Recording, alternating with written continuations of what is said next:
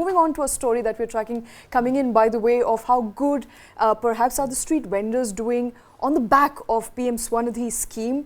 We now know, and an SBI research has found out, that the entrepreneurs or the street vendors that it's targeting are not just OBCs but are more so in the general category as well, pointing at a holistic sort of entrepreneurship that PM SVANidhi has been able to push for. So, Shweta, I think, let's just jog our memories back about 3 years or so, 3 years and a quarter. June 1st, 2020, right in the middle of the start of the pandemic, Prime Minister Narendra Modi then had announced PM SVANidhi as a scheme to empower collateral-free loans to street vendors.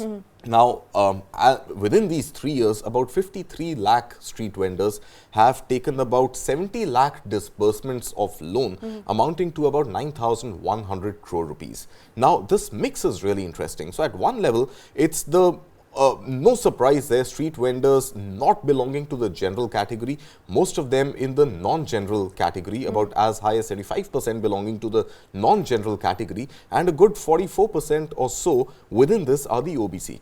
Now, this particular statement coming in from the research of SBI at a time when caste-based surveys in any case are the most talked about political issue as a run-up to general elections becomes one more sort of, goal, for in favor of the Prime Minister-led government right now in India. That a lot of OBCs, as many as 44% or so, have benefited from the scheme. But I think if we were to leave the politics aside, these loans have been disbursed in 3 tranches. So the first loan is 10,000 rupees. Upon repayment of that 10,000 rupees, you could opt for a 20,000 rupee loan. Upon repayment of that 20,000 rupee loan, you could opt for a 50,000 rupee loan. So 50,000 being the maximum collateral-free loan disbursed to street vendors. Now, the repayment ratio is actually fairly interesting.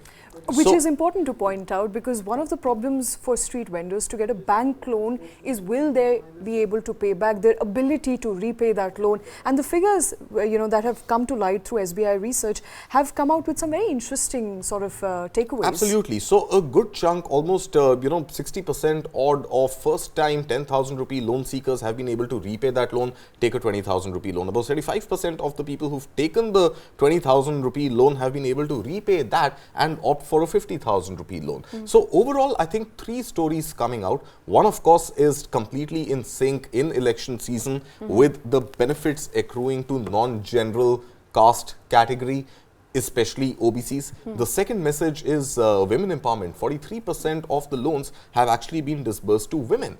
And these women have now been formally included in this whole financial inclusion banking system.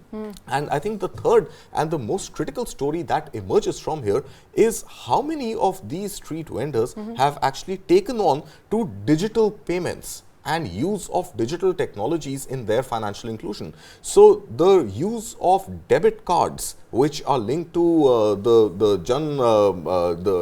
Pradhan Mantri Jan Dhan Yojana, has gone up by as much as 50%. So overall, you see that there is one fillip to street vendors in general in their sort of upliftment. Within that, there is this caste-based OBC and non-general category. Then there is women, and then there is so more digital equitable payments. distribution. So equitable distribution, financial inclusion, digitization, all 3 reflecting well in a run-up to election season for PM SVANidhi Yojana. Absolutely augurs very well for the sitting ruling government as far as PM SVANidhi Yojana is concerned.